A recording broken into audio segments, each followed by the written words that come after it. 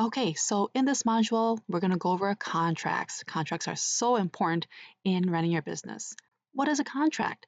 Well, it's a paper or digital form that states two or more parties or persons agreeing to certain terms, conditions under a certain time frame. Note, payment may or may not be a condition. So, how do you get one? How do you receive one? I'm going to go over those steps. You can have a simple paper and pen. You can have electronic technology with DocuSigns, Hello Signs. You could even film yourself so everybody sees who is in the parties involved.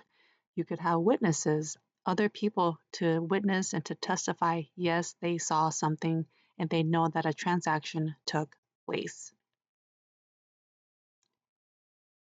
And all this, I really thought about it. The easiest one is those tried and true carbon copy paper that you can get from any office supply store. Now, why is that the case? Why use this? Why not some fancy thing? Well, it provides the easiest and the cheapest and clearly understood connection medium for both parties to understand. And it's really fast to generate too. Going forward, I want you to think in terms of contracts. Not got a job today, not get paid today, but contracts get you paid more ahead of time. Are you ready? I'm going to walk you through step by step. And the first place I'm going is to my local office supply store. All right, so I'm at an office supply store, and this is what I need here. I need to get, these are documents to do invoicing and receipts. It's those traditional carbon copy where it's like a 2 or 3 layer carbon copy. I can write the customer's client's name, their address, the date, things that they want, how much they paid for, whether it's half of the season or the last half of the season, and signatures that we both acknowledge what services have been provided. Traditional, you don't need anything fancy. It really does the job well. They get a copy, I get a copy, and I put it away in my folder, which I'm going to show you next. But this is really great, comes in handy, and this is what you'll need when you have your lawn mowing business. Yeah, okay, great, this one. Okay, so this is simple, but you need a folder. This is with a tab on it, so you can write that it is your summer lawn mowing business, and with the year, you can add the year that it's in. So you could put receipts inside, flyers inside, anything that's important to you. And if you want to go a step further, you get a hanging folder, but you'll need those drawers with those bars to put it in. Anyways, something together, making sure that you're organized and everything is centralized with paper. Simple file folder is what you'll need also. Now, what goes inside the contract? And here is what we're going to cover. So, the most important things are the date. That is the date where you and the client have signed to an agreement. Then the name, address, phone number of, and the best way to contact your client. Next is the best way to contact you, the service provider. But sometimes that might be in your flyer, or you might already give them your phone number, text message. Written next in the contract is the exact service you're providing, and be clear. Remember, mow, trim, and blow. If there's anything outside of this, know that it is outside of the scope of this course. Now, the items in red are this specific example, and this may easily change due to where you live, the prices you're going to charge where you live, if it's longer duration of time. For this example, we got $45 a cut for 22 weeks, the exact length, 22 weeks, or they might choose the bi-weekly example and write down if they have paid in full or they want a 2 installment payment. Again, the items in red will be changed to however you want to price and charge, but know that all of these things are in the part 1 of the contract.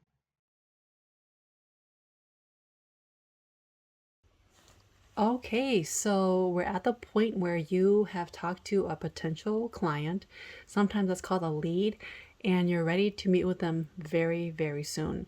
This is so important. We're getting down to the wire, and this will help make accepting payment as seamless, as fast, as pleasant as possible. Hey, I just really wanted to clarify this part. It sounds confusing, like I'm talking ahead of myself. as if you already met the potential client, it will make full sense in the marketing module. But in this example, I'm talking as if I'm already met my client, but this is done for two reasons. You will have to pre-fill your contracts. And number two, this gives you time to practice over and over muscle memory on how to fill in these contracts. So it'll make sense in marketing modules. Just hang on tight. It'll make sense later. So before you meet with them, this could be the day before or a couple hours before, pre-fill this out. So I got this at office supply store. It's one of those carbon copy work order forms, invoice forms. They come in many shapes and sizes, but as long as it's carbon copy and it has enough information, you can use it. It doesn't have to be exactly this, but something of this sort. Okay, so we're going to meet with Greg, our potential client, and I'm going to pre-fill this as much as I can. This, and you will see why. So I'm going to skip the date. I'm going to have the name. I already know their name and their address.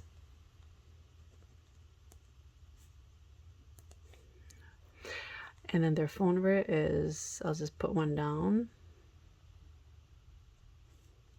Okay, I don't need any of these things. And I'm going to skip the days so that when I meet them, I'll actually put the actual day on there. Okay, so I write down my price and whatever price you want, 45 a cut.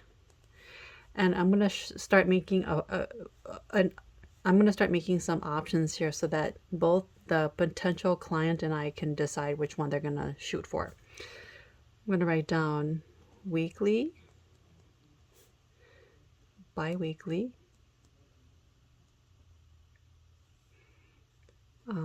pay in full, half payment. Okay, now we're going to go in what goes in part two of the contract. The first part was setting the legal terms, the payment options. Now we're going to go into what I call the consideration of your client, and clients really love this. So we're going to ask them, hey, do you want to be notified every time we're on our way? A lot of clients, they really don't. As long as you come during just regular business hours. Any safety gates you want must be open or closed. Are there any areas to never mow to? Are there preferred way to contact them? Text messaging, you want a phone call, you want to show up in person. Some people maybe want Facebook message, and anything else that you should know, the service provider. Clients love this, and it really actually does help putting in your notes so that whenever you arrive on site, you'll know what to do. Call first. Sometimes notify is what I'm trying to say. Any safety gates?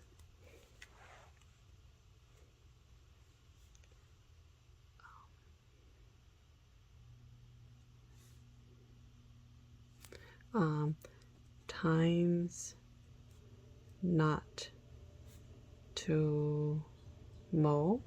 Maybe they're running a daycare or they're out and about in their backyard that they really don't want to be bothered at that time.